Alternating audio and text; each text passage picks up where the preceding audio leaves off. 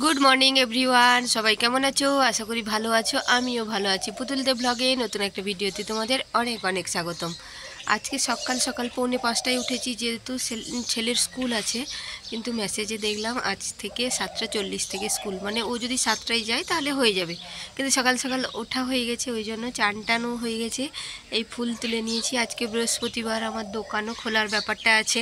তো ওই জন্য ভাবছি যখন উঠেই পড়েছি আর শুবো না, দিয়ে সব কাজ করা হয়ে গেছে, চান হয়ে গেছে, পুজো করব। ছেলের টিফিন রেডি করে দিয়েছি।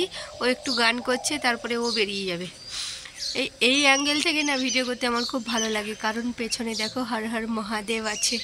তো সঙ্গে থাকো, সারাদিন কি করি না করি দেখতে থাকো।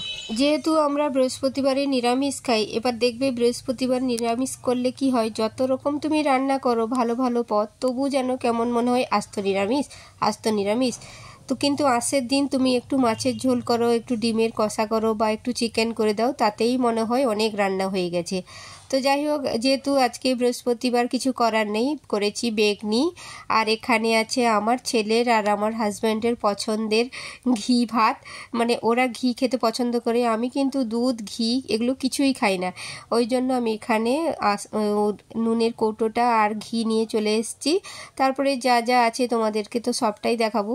আর সত্যি কথা কি বলো তো, সবটা দেখাবো বলে দিলাম, কিন্তু আমি তুলতে ভুলে গেছি। তো যাই হোক, কিছু করার নেই, যা আমাকে ক্ষমা করে দিও, আমি হচ্ছি ক্ষমা প্রার্থী। আর এখানে আমি গরম গরম বেগনিটা এই মাত্র করে নিয়ে এলাম, ওই জন্য বেগনিটা একদম গরম আছে।